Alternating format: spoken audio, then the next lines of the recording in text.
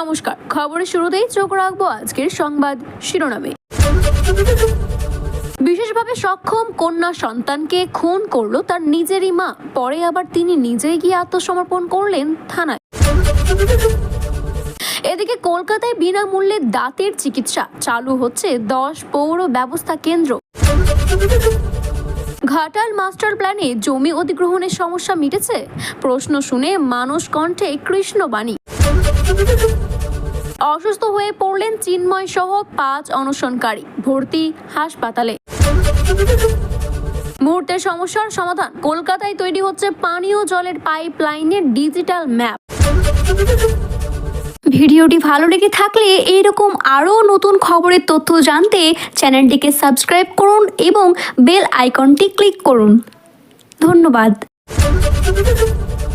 বিস্তারিত জানতেই চোখ রাখবো আজকের প্রথম খবরের দিকে। শ্বাসরোধ করে বিশেষভাবে সক্ষম কন্যা সন্তানকে খুনের অভিযোগ মায়ের বিরুদ্ধে, পরে ঘটনা নিজেই তিনি থানায় গিয়ে আত্মসমর্পণ করেছেন। রবিবার ঘটনাটি ঘটেছে দক্ষিণ দিনাজপুর জেলার গঙ্গারামপুরের নন্দনপুর এলাকায়। অভিযুক্ত রিম্পা বিবিকে গ্রেপ্তার করেছে পুলিশ। জানা গিয়েছে, পেশায় রাজমিস্ত্রি আব্দুল আজিজ এবং রিম্পা বিবির 9 বছরের এক কন্যা সন্তান। তিনি বলতেও পান না, শুনতেও পান না। অভিযোগ এই নিয়ে প্রায়শই স্বামী স্ত্রী এবং পরিবারের বাকি সদস্যদের সঙ্গে অশান্তি লেগেই থাকতো। এই দিন বাড়িতে কেউ না থাকার সুযোগে তিনি বিশেষভাবে সক্ষম মেয়েকে শ্বাসরোধ করে খুন করেছেন বলে অভিযোগ। তারপরে 3 বছরের ছেলেকে নিয়ে বাইরে বেরিয়ে যান তিনি। স্থানীয় সূত্রে খবর, বেশ কিছুক্ষণ পরে রিম্পার শাশুড়ি এবং ননদ বাড়ি ফিরে ঘরে অচৈতন্য অবস্থায় পড়ে থাকতে দেখেন বাচ্চাটিকে। অনেক ডাকাডাকি করেও কোনো সাড়া না পাওয়ায় প্রতিবেশীদের খবর দেন তারা।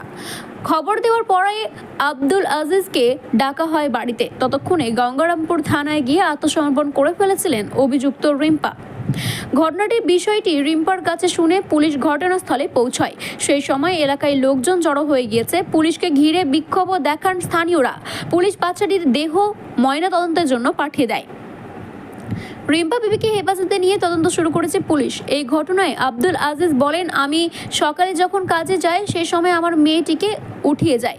পরে সে আমাকে ইশারায় বলে সে পরে ঘুম থেকে উঠবে। তারপর আমি চলে যাই। পরে আমি ভগ্নিপতি আমাকে ফোন করে বাড়িতে আসতে বলে। আমি বাড়িতে এসে দেখি আমার মেয়ে নিস্তেজ অবস্থায় পড়ে আছে। অন্যদিকে প্রতিবেশীরা লুৎফা বেগম, তিনি বলেন ওর বাবা বাচ্চাটি ভালো থাকলো না, আর সেই জন্যই আগে থেকে অনেক ঘটনাই ঘটেছে। আমার পাড়ার লোকজন ওই সমস্ত মেনে নিয়েছিল। বাচ্চাটিকে ওর মা ছাড়া কেউ মারেনি। বালিশ চাপা দিয়ে বাচ্চাটিকে মেরে ফেলা হয়েছে। ওই ছোট ছেলেটা প্রথম অবস্থায় কথা বলতে পারতো না, অনেক দেরি করে কথা বলতে শিখেছিল। বাচ্চা কথা না বলতে পারার কারণে মেনে নিতে পারছিলেন না তার মা। পরে ঘরে ফিরে এসে এই ঘটনা দেখেন সে। এই নিয়ে গঙ্গারামপুরের এসডিপিও দীপাঞ্জন ভট্টাচার্য বলেছেন, গঙ্গারামপুর থানার নন্দনপুর পাটুল এলাকায় বিশেষভাবে সক্ষম 9 বছরের নাবালিকাকে খুন করার অভিযোগ উঠেছে মায়ের বিরুদ্ধে। এই ঘটনায় গঙ্গারামপুর থানার পুলিশের মৃতদেহ উদ্ধার করে ময়নাতদন্তের জন্য বালুরঘাট পাঠিয়ে দেওয়া হয়। মৃত নাবালিকার মা থানায় গিয়ে আত্মসমর্পণ করেছেন। তারপর তাকে গ্রেপ্তার করা হয়। কলকাতার প্রতি ওয়ার্ডে আছে আরবান প্রাইমারি হেলথ ইউনিট, যেখানে জ্বর, সর্দি, কাশি একই সঙ্গে একাধিক রোগের চিকিৎসা পান শহরবাসী। আবার এই তালিকা জুড়তে চলেছে দাঁত চিকিৎসার ক্ষেত্র।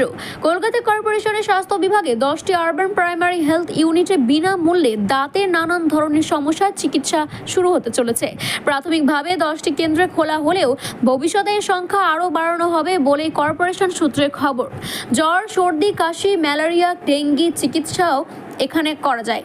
ইতিমধ্যেই চোখের সমস্যা নিয়েও চিকিৎসার পরিষেবা শুরু হয়েছে আরবান প্রাইমারি হেলথ ইউনিটগুলিতে। এবার সেইভাবেই শুরু হয়েছে দাঁতের চিকিৎসার পরিষেবা।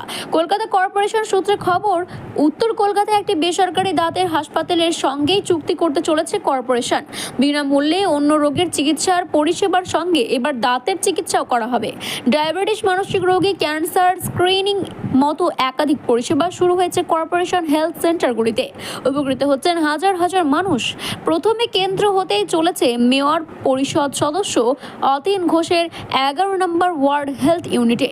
এ প্রসঙ্গে একাধিকবার তিনি জানিয়েছেন, দুই পক্ষের কথা চূড়ান্ত হয়েছে, কয়েকদিনের মধ্যেই হবে মৌ স্বাক্ষর। 10টি কেন্দ্রের প্রথম দফায় এই পরিষেবা দেওয়া হবে। চিকিৎসা সরঞ্জাম থেকে শুরু করে সবটাই দেবেন হাসপাতাল কর্তৃপক্ষ। উল্লেখ্য, দিনে দিনে চিকিৎসার পরিষেবার বহর বাড়িয়েছেন পৌর স্বাস্থ্য বিভাগ। শুধু চিকিৎসাই নয়, পরীক্ষা নিরীক্ষার ক্ষেত্রেও বাড়ছে এই বহর। এখন পৌর স্বাস্থ্য কেন্দ্রে সুগার থেকে শুরু করে একাধিক রোগের রক্ত পরীক্ষাও করা হবে। ঘাটাল মাস্টার প্ল্যানের জমি অধিগ্রহণকে ঘিরে তৈরি হওয়া সমস্যার কি সমাধান হয়েছে? সাংবাদিকদের এই প্রশ্ন শুনে কার্যত এড়িয়ে গেলেন রাজ্যের জল সম্পদ এবং উন্নয়ন মন্ত্রী মানস ভূঁইয়া। জবাবে তার গলায় শোনা গেল কৃষ্ণবাণী। রণভূমিতে দাঁড়িয়ে কৃষ্ণের অর্জুনকে দেওয়া বাণী শোনা গেল তার কণ্ঠে। ঘাটাল মাস্টার প্ল্যানের অংশ হিসেবে রূপনারায়ণ নদের ওপর তৈরি হয়েছে 5টি স্লাইড গেট। সেই কাজ কতদূর এগিয়েছে তা পরিদর্শনে গিয়েছিলেন মানস ভূঁইয়া। সেখানে তিনি দাবি করেছেন কতটা জমি প্রয়োজন হবে, তার জন্য দান কত দিতে হবে, সেই সব চূড়ান্ত পর্যায়ে পৌঁছে গিয়েছে। আর প্রেক্ষিপ্তে মানুষকে প্রশ্ন করা হবে, তবে কি জমি জটের সমস্যা মিটে গেছে? যার জবাবে মন্ত্রী কৃষ্ণবাণী যুদ্ধক্ষেত্রে দাঁড়িয়ে অর্জুন শ্রীকৃষ্ণকে প্রশ্ন করেছিলেন, সখা আমি এখন কি করব? আমি তো তোমার পদতলে ভয়ঙ্কর অবর্তে এসেছি। এখন শ্রীকৃষ্ণর জবাব দিয়েছিলেন, জীবনে অনেক সমস্যাই থাকবে, কিন্তু তোমাকে এগিয়ে যেতে হবে। উল্লেখ্য, রাজ্য সরকারের তরফে ঘাটাল মাস্টার প্ল্যানের জন্য 500 কোটি টাকা বরাদ্দ করা হয়েছে। প্রতি বছর বর্ষাকালে রূপনারায়ণ কূলে ভাসিয়ে দেওয়ার ঘটনায় প্লাবিত হয়। সেই সময় সমস্যা মেটাতে ঘাটাল মাস্টার প্ল্যান তৈরি করা হচ্ছে। আর গত বছর এর কাজ শুরুতেই জমির প্রয়োজনীয়তা দেখা যায়। শেষ দফায় ইঞ্জিনিয়াররা জানান, প্রকল্পের বাস্তবায়িত করতে ঘাটাল পৌরসভায় 3 নম্বর থেকে 2 নম্বর ওয়ার্ড পর্যন্ত 5 কিলোমিটারের বেশি দীর্ঘ জমি লাগবে। আর তাই গত ফেব্রুয়ারি মাস থেকে জমি অধিগ্রহণের জন্য 10টি ওয়ার্ডের অসংখ্য বাসিন্দাদের কাছ থেকে জমির জন্য আবেদন জানায় রাজ্য সরকার। কিন্তু ঘরবাড়ি খুইয়ে সর্বসন্তান হয়ে নারাজ হয়েছিলেন অধিকাংশই মানুষ। তারপরে জমি না দেওয়ার দাবিতে বিক্ষোভ শুরু করা হয়। এবার অসুস্থ হয়ে হাসপাতালে ভর্তি হলেন চাকরিহারা যোগ্য শিক্ষক আন্দোলনের অন্যতম মুখ চিন্ময় মণ্ডল। অনশনে আন্দোলনে সামিল হওয়া চিন্ময়ের শারীরিক অবস্থার অবনতি হওয়ায় আজ তাকে নীলরতন সরকার মেডিকেল কলেজ হাসপাতালে ভর্তি করা হয়েছে। তার পাশাপাশি আরও 3 জন অনশনকারী অসুস্থ হয়ে হাসপাতালে ভর্তি রয়েছেন। সুকুমার সরেন এবং অচিন্ত কুমার ভর্তি করা হয়েছে আরজিকর মেডিকেল কলেজ হাসপাতালে। এর কিছুক্ষণের মধ্যেই বিকাশ রায় নামের আরও একজন অনশনকারী অসুস্থ হয়ে পড়লে তাকেও আরজিকর কলেজেই ভর্তি করা হয়। চিন্ময় এবং বাকিরা বৃহস্পতিবার রাতে 1টা থেকে অনশনে আন্দোলনে নেমেছিলেন। রবিবার বিকেল অনশনের মঞ্চে অসুস্থ হয়ে পড়েছেন তারা। বিকালে অনশন মঞ্চে মেডিকেল সার্ভিস সেন্টারের তরফে চিকিৎসকরা গিয়ে তাদের হাসপাতালে ভর্তি করে দেওয়ার পরামর্শ দেন। যদিও সেই নিয়ে তারা হাসপাতালে ভর্তি হতে চাননি। এই কিছুক্ষণের মধ্যে তাদের শারীরিক অবস্থা আরও অবনতি দেখা যায়, ফলে তাদেরকে হাসপাতালে ভর্তি করা হয়। কলকাতা শহরের নিকাশি লাইনের ডিজিটাল ম্যাপ তৈরির কাজ প্রায় শেষের মুখে। আর সেই সঙ্গে আবার অনেকটা কাজ এগিয়ে গেল শহরের পানীয় জল সরবরাহকারী পাইপলাইন ডিজিটাল ম্যাপ তৈরির কাজে। কলকাতা পৌর নিগমের 8টি 12 মিলিয়ন মোটর 65টি ওয়ার্ডে শেষ করেছেন এই ম্যাপ তৈরির কাজ। এই উদ্দেশ্যে পানীয় জল সরবরাহ বিঘ্নিত হলে কয়েকটি ক্লিকে পৌঁছে যাবেন সমস্যার উৎসে।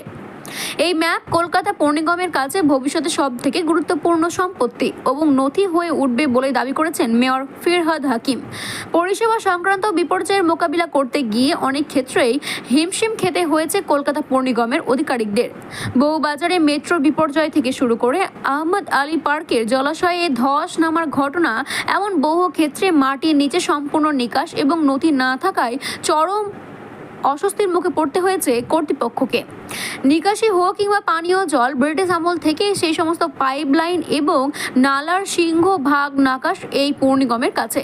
তবে পরবর্তী সময়ে কলকাতা পৌর নিগম যেখানে পাইপলাইন বসিয়েছে বা কাজ করেছে, সেই নথি থাকলেও তা অনেক সময় পাওয়া যায় না। আরেকটি সমস্যা হলো নিকাশি এবং পানীয় জল সরবরাহকারী বিভাগের মাধ্যমে সমন্বয়ের অভাব। যেখানে নিকাশ বিভাগকারীদের কাছে জলের পাইপলাইন সংক্রান্ত নথি থাকে না, আবার পানীয় জল সরবরাহকারী বিভাগের কাছে নিকাশের নথি থাকে না। এবার এই সমস্ত সমস্যার সমাধান হয়ে যাবে বলে জানিয়েছেন কলকাতায় পৌর নিগম। ইতিমধ্যে কলকাতার নিকাশ বিভাগ প্রতি ওয়ার্ডের ডিজিটাল ম্যাপ তৈরির কাজ সেরে ফেলেছেন। এর আগে কোনো জায়গায় সমস্যা তৈরি হলে বিভাগের তরফে কম্পিউটারের কয়েকটি ক্লিকের সমস্যায় সমাধান হয়ে যাবে।